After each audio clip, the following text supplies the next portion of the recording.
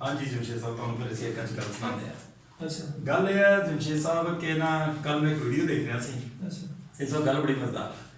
ਕੱਲ ਮੈਂ ਇੱਕ ਵੀਡੀਓ ਦੇਖ ਰਿਹਾ ਸੀ, ਉਹ 'ਚ ਇੱਕ ਬੰਦਾ ਨਾ ਗੱਲ ਸੁਣਾ ਰਿਹਾ ਸੀ ਕਿਸੇ ਪਿੰਡ ਦੀ। ਉਹ ਕਹਿੰਦਾ ਇੱਕ ਪਿੰਡ ਸੀ, ਇੱਕ ਪਿੰਡ ਦੇ ਵਿੱਚ ਨਾ ਤਿੰਨ ਭਰਾ ਰਹਿੰਦੇ ਹੁੰਦੇ ਸੀ। ਉਹ ਤਿੰਨਾਂ ਭਰਾਵਾਂ ਦੇ ਅੱਗੇ ਤਿੰਨ ਬੱਚੇ ਸੀਗੇ, ਯਾਨੀ ਕਿ ਇੱਕ ਭਰਾ ਦੇ ਤਿੰਨ ਬੱਚੇ ਤੇ ਬਾਕੀਆਂ ਦੇ ਇੱਕ ਦੋ ਬੱਚੇ ਨਾ। ਸਹੀ ਇਸ ਤਰੀਕੇ ਨਾਲ ਉਹ ਕਹਿੰਦਾ ਜਨਾਬ ਪਿੰਡ ਦੇ ਵਿੱਚ ਨਾ ਉਹਨਾਂ ਦਾ ਜਿਹੜਾ ਬੜਾ ਬੇਟਾ ਸੀ ਨਾ, ਯਾਨੀ ਕਿ ਜਿਹੜੇ ਬੰਦੇ ਦੀ ਇਹ ਗੱਲ ਸੁਣਾਈ ਜਾ ਰਹੀ ਹੈ, ਉਹ ਬੰਦਾ ਖੁਦ ਤੇ ਬਜ਼ਾਤੇ ਖੁਦ ਫੌਤ ਹੋ ਗਿਆ। ਉਹਦੇ ਸੀ ਹਿੱਸੇ ਚ ਉਹਨੂੰ 3 ਮਰਬੇ 3 ਮਰਬੇ ਜ਼ਮੀਨ ਦੇ ਵਿੱਚੋਂ ਉਹਦੇ 3 ਪੋਸੀ ਮਰਬਾ ਜ਼ਮੀਨ ਆਉਂਦੀ ਸੀ।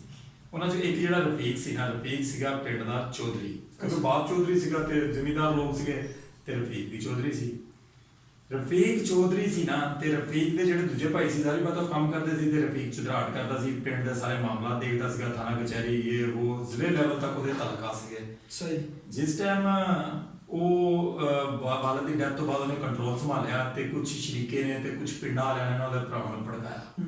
ਉਹਨਾਂ ਨੇ ਕਿਹਾ ਜਨਾਬ ਤੁਸੀਂ ਅਗਰ ਰਫੀਕ ਮਾਰ ਦੋ ਨਾ, ਤੇ ਭਾਈ ਜੀ ਤੁਹਾਡੀ ਚੁਧਰਾਟ ਵੀ ਦੋਨਾਂ ਚੋਂ ਤੁਹਾਡੇ ਕੋਲ ਆ ਜਾਏਗੀ, ਤੇ ਰਫੀਕ ਦੀ ਜਿਹੜੀ ਮਰਬਾ ਜ਼ਮੀਨ ਆ ਉਹ ਵੀ ਤੁਹਾਨੂੰ 12 ਕਿੱਲੇ ਆ ਜਾਏਗੀ। ਤੇ ਕਿਆ ਸਿਸਟਮ ਨਹੀਂ ਯੈਸ ਹੋ ਜਾਏਗਾ? ਤੇ ਉਹ ਦੋਨੇ ਭਰਾ ਜਿਹੜੇ ਉਹ ਸਾਰੀ ਬਾਤ ਛੋਟੇ ਸੀਗੇ ਤੇ ਨਾ ਸਮਝ ਸੀਗੇ, ਤੇ ਉਹਨਾਂ ਨੇ ਇਹ ਗੱਲ ਕੀਤੀ। ਉਹਨਾਂ ਨੇ ਕਿਹਾ ਯਾਰ ਗੱਲ ਤੇ ਠੀਕ ਕਰ ਰਿਹਾ, ਤੇ ਜ਼ਮੀਨ ਵੀ ਵੱਜ ਜਾਏਗੀ, ਮਰਬੇ ਦੀ ਜਗ੍ਹਾ 1.5 ਮਰਬਾ ਜਾਏਗੀ, ਤੇ ਚੁਧਰਾਟ ਵੀ ਆ ਜਾਏਗੀ। ਤੇ ਆਪਸ ਚ ਸਲਾਹ ਕਰ ਰਹੇ ਹੁੰਦੇ ਘਰ ਬੈਠੇ, ਤੇ ਮਾਂ ਉਹਨਾਂ ਨੂੰ ਕਹਿੰਦੀ, ਮਾਂ ਸੁਣ ਲੈਂਦੀ ਨਾ, ਤੇ ਮਾਂ ਚੁੱਕੇ ਮਾਂ ਹੁੰਦੀ ਆ, ਤੇ ਮਾਂ ਦਾ ਦਿਲ ਐਸਾ ਹੁੰਦਾ, ਨਰਮ ਦਿਲ ਹੁੰਦਾ, ਹਰ ਬੱਚੇ ਇੱਕੋ ਜਿਹਾ ਹੁੰਦਾ।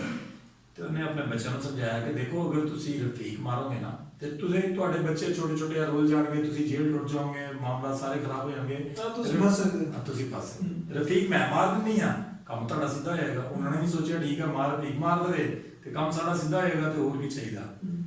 ਤੇ ਮਾਂ ਦੀ ਡਿਊਟੀ ਲਾ ਦਿੰਦੇ, ਮਾਂ ਕਹਿੰਦੀ ਠੀਕ ਆ ਜੀ ਮੈਂ ਰਫੀਕ ਮਾਰਾਂਗੀ, ਤੁਸੀਂ ਆਪਣੇ ਕੰਮ ਕਰੇਗਾ। ਦੂਜੇ ਰਾਤੀ ਮਾਂ ਅੱਛਾ ਜਿਹਾ ਖਾਣਾ ਤਿਆਰ ਕਰਦੀ ਰਫੀਕ ਵਾਸਤੇ, ਰਫੀਕ ਨੂੰ ਖਾਣਾ ਖਿਲਾਉਂਦੀ। ਜਿਸ ਟਾਈਮ ਰਫੀਕ ਸੁਬਹ ਉੱਠਦਾ, ਤੇ ਰਫੀਕ ਨੂੰ ਮਾਂ ਕਹਿੰਦੀ ਕਿ ਰਫੀਕ ਮੈਂ ਨਾ ਰਾਤੀ ਤੇਰੇ ਮੂੰਹ 'ਚ ਸੱਪ ਦਾ ਬੱਚਾ ਜਾਂਦਾ ਦੇਖਿਆ। ਅੱਛਾ ਰਫੀਕ ਪਰੇਸ਼ਾਨ ਹੋ ਗਿਆ ਕਿ ਸੱਪ ਦਾ ਬੱਚਾ। ਉਹਨੇ ਕਿਹਾ ਮੈਂ ਬਹੁਤ ਪਰੇਸ਼ਾਨ ਹਾਂ, ਤੇ ਇਹ ਤੇ ਜ਼ਹਿਰੀਲਾ ਹੁੰਦਾ ਸੱਪ ਦੇ ਲਿਆਦਾ ਤੂੰ ਮਰ ਵੀ ਸਕਦਾ ਵਾ। ਮਾਂ ਨੇ ਕਿਹਾ। ਉਹ ਰਫੀਕ ਜਦੋਂ ਪਰੇਸ਼ਾਨ ਹੋਇਆ, ਤੇ ਇਹੀ ਗੱਲ ਜਾ ਕੇ ਅੱਗੇ ਹਕੀਮਾਂ ਨੂੰ ਡਾਕਟਰਾਂ ਨੂੰ ਦੱਸੀ, ਤੇ 2-4 ਬੰਦਿਆਂ ਨੇ ਰਿਫਿਊਜ਼ ਕਰਤਾ। ਉਹਨਾਂ ਨੇ ਕਿਹਾ ਨਹੀਂ ਜੀ ਇਹ ਤੇ ਬਚਣਾ ਦਾ ਨਾਮੁਮਕਿਨ ਆ, ਇਹ ਗੱਲ ਠੀਕ ਆ। ਤੇ ਰਫੀਕ ਪਰੇਸ਼ਾਨੀ ਲੈ ਕੇ ਮੰਜੇ ਨਾਲ ਲੱਗ ਗਿਆ। ਤੇ ਰਫੀਕ ਜਦੋਂ ਮੰਜੇ ਨਾਲ ਲੱਗਾ ਭਾਈਜਾਨ, ਤੇ ਸ਼ਰੀਕੇ ਨੂੰ ਤੇ ਪਿੰਡ ਵਾਲਿਆਂ ਨੂੰ ਮੌਕਾ ਮਿਲ ਗਿਆ। ਉਹਨਾਂ ਨੇ ਕਿਹਾ ਡਾਕਟਰਾਂ ਨੇ ਜਵਾਬ ਦੇ ਦਿੱਤਾ 2-4 ਦਿਨਾਂ ਦੇ ਵਿੱਚ ਰਫੀਕ ਤੇ ਕਿਸੇ ਟਾਈਮ ਵੀ ਮਰ ਜਾਏਗਾ। ਔਰ ਰਫੀਕ ਗੱਲ ਨੂੰ ਸੀਰੀਅਸ ਲੈ ਕੇ ਜਨਮ ਮੰਜੇ ਨਾਲ ਲੱਗ ਗਿਆ, ਤੇ ਰਫੀਕ ਦੀ ਕਹਾਣੀ ਖਤਮ।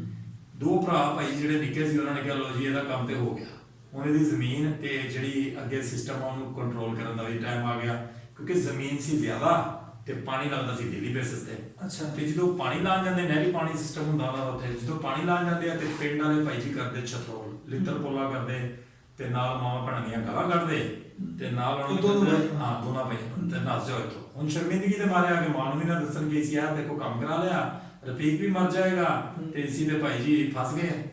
ਦੂਜੇ ਦਿਨ ਫਿਰ ਪਾਣੀ ਦੀ ਵਾਰੀ ਹੁੰਦੀ, ਪਾਣੀ ਲਾਣ ਜਾਂਦੇ, ਫਿਰ ਪਿੰਡ ਵਾਲੇ ਕੁੱਟਦੇ, ਸ਼ਰੀਕਾ ਕੁੱਟਦਾ। ਜਿਸ ਟਾਈਮ ਕੁੱਟਦੇ ਤੇ ਪਰੇਸ਼ਾਨ ਹੁੰਦੇ, ਤੇ ਘਰ ਆ ਜਾਂਦੇ। ਘਰ ਆ ਕੇ ਨਾ ਸ਼ਰਮੋ ਸ਼ਰਮੀ, ਹੁਣ ਕਿਉਂਕਿ ਦੇਖੋ ਅਗਰ ਪਾਣੀ ਨਹੀਂ ਲੱਗੇਗਾ ਤੇ ਪੈਸਾ ਕਿੱਥੋਂ ਆਏਗਾ, ਜ਼ਮੀਨ ਨਹੀਂ, ਫਸਲ ਨਹੀਂ ਹੋਏਗੀ, ਤੇ ਬੱਚੇ ਕਿੱਥੋਂ ਖਾਣਗੇ। ਮਾਂ ਨੇ ਪੁੱਛਿਆ ਕੀ ਵਜ੍ਹਾ? ਦੱਸਤਾ ਜੀ ਮਾਂ ਨੂੰ ਇਹ ਵਜ੍ਹਾ ਜੀ। ਮਾਂ ਨੇ ਕਿਹਾ ਫਿਰ ਹੁਣ ਕੀ ਚਾਹੁੰਦੇ ਹੋ?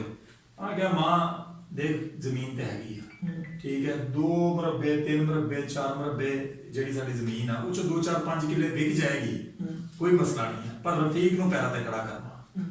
ਮਾਂ ਨੇ ਕਿਹਾ ਅੱਛਾ ਚਲੋ ਮੈਂ ਕੁਛ ਕਰਦੀ ਹਾਂ, ਤੁਸੀਂ ਇਸ ਤਰ੍ਹਾਂ ਕਰੋ, ਤੁਸੀਂ ਦੇਸੀ ਖੁਰਾਕਾਂ ਦਾ ਬੰਦੋਬਸਤ ਕਰੋ। ਉਹ ਇੱਧਰ ਉੱਧਰ ਪਿੰਡਾਂ ਚੋਂ ਮੁਰਗੀਆਂ, ਦੇਸੀ ਘਿਓ, ਅੰਡੇ, ਜਿਸ ਤਰ੍ਹਾਂ ਜਿਤਨੀ ਦੇਸੀ ਖੁਰਾਕ ਹੁੰਦੀ ਉਹਨਾਂ ਨੇ ਕੋਈ ਇੱਦਾਂ ਦੀ ਕਪੜਾ ਭਰਤਾ। ਮਾਂ ਨੇ ਕਿਹਾ ਠੀਕ ਆ ਜੀ। ਮਾਂ ਨੇ ਕਿਹਾ ਠੀਕ ਆ ਰਫੀਕ ਤੁਹਾਨੂੰ ਮੈਂ ਹਫ਼ਤੇ 'ਚ ਖੜਾ ਕਰ ਦਾਂਗਾ। ਰਾਤੀ ਫਿਰ ਮਾਂ ਨੂੰ ਆਪਣੇ ਹੱਥਾਂ ਨਾਲ ਖਾਣਾ ਖਿਲਾਉਂਦੀ, ਠੀਕ ਹੈ, ਰਫੀਕ ਨੂੰ ਜਿੰਨਾ ਕਿ ਉਹ ਬਿਮਾਰੀ ਦੀ ਹਾਲਤ 'ਚ ਖਾ ਸਕਦਾ ਸੀ। ਤੇ ਸਵੇਰ ਜਿਸ ਟਾਈਮ ਫਜਰ ਟਾਈਮ ਮਾਂ ਉੱਠਦੀ, ਤੇ ਮਾਂ ਉੱਠ ਕੇ ਰਫੀਕ ਨੂੰ ਕਹਿੰਦੀ ਰਫੀਕ ਤੇਰਾ ਮਸਲਾ ਤੇਰੀ ਅੱਲਾ ਨੇ ਸੁਣ ਲਈ, ਰਫੀਕ ਤੂੰ ਤੇਰੇ ਵਾਸਤੇ ਖੁਸ਼ਖਬਰੀ ਆ। ਉਹਨੇ ਕਿਹਾ ਮਾਂ ਮੈਂ ਮਰਨ ਵਾਲਾ, ਮੇਰੇ ਵਾਸਤੇ ਕਿਹੜੀ ਖੁਸ਼ਖਬਰੀ, ਠੀਕ ਹੈ, ਤੇ ਮੇਰੇ ਬੱਚਿਆਂ ਦਾ ਖਿਆਲ ਰੱਖੀ ਪਿੱਛੇ ਹੈ। ਉਹਨੇ ਕਿਹਾ ਜਿਹੜਾ ਉਹ ਸੱਪ ਦਾ ਬੱਚਾ ਤੇਰੇ ਮੂੰਹ 'ਚ ਗਿਆ ਸੀ ਨਾ ਰਫੀਕ, ਉਹ ਅੱਜ ਸਵੇਰ ਮੈਂ ਨਮਾਜ਼ ਪੜ੍ਹਨ ਉੱਠੀ ਨਾ, ਤੇ ਮੈਂ ਤੇਰੇ ਮੂੰਹ 'ਚੋਂ ਨਿਕਲਦਾ ਦੇਖ ਲਿਆ। ਅੱਛਾ ਤੇ ਰਫੀਕ ਨੇ ਕਿਹਾ ਅੱਛਾ ਜੀ। ਉਹ ਰਫੀਕ ਨੂੰ ਜ਼ਰਾ ਹੌਸਲਾ ਆਇਆ, ਰਫੀਕ ਦੀ ਜਾਨ ਚ ਜਾਨ ਆ ਗਈ। ਉਹਨੇ ਕਿਹਾ ਸਾਨੂੰ ਕਿਸੇ ਡਾਕਟਰ ਕੋਲ ਜਾਣ ਦੀ ਜ਼ਰੂਰਤ ਨਹੀਂ ਹੈ, ਤੂੰ ਇਹ ਖਰਾਬ ਫਰੂਕ ਖਾ, ਮੁਰਗੇ ਸ਼ੁਰਗੇ ਖਾ, ਬੱਕਰੇ ਸ਼ੱਕਰੇ ਖਾ, ਤੇ ਤੂੰ ਠੀਕ ਹੋ ਜਾਏਗਾ ਦੇਖੀ ਤਰ੍ਹਾਂ। ਸਰ ਹਫਤਾ ਨਹੀਂ ਲੱਗਾ, ਸਾਰੀ ਬਾਤ ਜਿਹੜੀ 15-20 ਦਿਨ ਦੀ ਵੀਕਨੈਸ ਸੀਗੀ ਉਹ ਠੀਕ ਹੋਇਆ। ਜਦੋਂ ਠੀਕ ਹੋਇਆ ਤੇ ਉਹ ਪਿੰਡ 'ਚ ਟੁਰਿਆ, ਤੇ ਪਿੰਡ ਨਾਲ, ਤੇ ਭਾਈ ਜੀ ਸ਼ਰੀਕਾ ਜਿਹੜਾ ਸਾਈਡ ਤੇ ਅੱਛਾ ਹੁਣ ਇਹਦੇ ਕਨਕਲੂਜਨ ਕੀ ਨਿਕਲਿਆ? ਉਹ ਬੰਦੇ ਦਾ ਜਿਹੜੇ ਬੰਦੇ ਗੱਲ ਸੁਣਾ ਰਿਹਾ ਸੀ ਤੇ ਕਹਿਣ ਦਾ ਮਤਲਬ ਇਹ ਸੀਗਾ ਕਿ ਜਨਾਬ ਆਪਣੇ ਤੁਸੀਂ ਘਰ ਦਾ ਚੌਧਰੀ ਨਹੀਂ ਮਾਰਨਾ ਸਹੀ ਕਿਸੇ ਦੇ ਕਹਿਣ ਚ ਆ ਕੇ, ਠੀਕ ਹੈ। ਲਾਜ਼ਮੀ ਨਹੀਂ ਹੁੰਦਾ ਵੱਡਾ ਭਰਾ ਹੀ ਕਹਿੰਦਾ ਚੁਦਰਾੜ ਕਰੇ ਜਾਂ ਵੱਡਾ ਭਰਾ ਹੀ ਜਗ੍ਹਾ ਲਵੇ। ਬਾਅਦ ਵੱਡਾ ਭਰਾ ਅਵੇਲੇਬਲ ਨਹੀਂ ਹੁੰਦਾ, ਛੋਟਾ ਜਗ੍ਹਾ ਲੈ ਲੈਂਦਾ ਵਾ ਜਾਂ ਸਭ ਤੋਂ ਨਿੱਕਾ ਲੈ ਲੈਂਦਾ ਵਾ ਜਿਹੜਾ ਘਰ ਸਾਂਭ ਲਵੇ, ਜਿਹੜਾ ਤੁਹਾਡੀ ਚੁਦਰਾੜ ਸਾਂਭ ਲਵੇ। ਸਹੀ ਚੁਦਰਾਹਟ ਉਹ ਕਹਿੰਦਾ, ਉਹਨੇ ਇਹ ਜਵਾਬ ਦਿੱਤਾ, ਉਹਨੇ ਕਿਹਾ ਚੁਦਰਾਹਟ ਅਗਰ ਜੇਬੋਂ ਲੱਗ ਕੇ ਵੀ ਆਉਂਦੀ ਹੈ ਨਾ ਤੇ ਚੁਦਰਾਹਟ ਕਰਨ ਦੋ। ਅਗਰ ਤੁਹਾਨੂੰ ਮਿਹਨਤ ਕਰਨੀ ਪੈਂਦੀ ਹੈ, ਇੱਕ ਬੰਦਾ ਤੁਹਾਡਾ ਚੌਧਰੀ ਆ, ਉਹੀ ਤੁਹਾਡੀ ਇੱਜ਼ਤ ਆ। ਤੇ ਭਾਈ ਜੀ ਮੈਨੂੰ ਦੀ ਗੱਲ ਸੁਣ ਕੇ ਬੜਾ ਆਇਆ।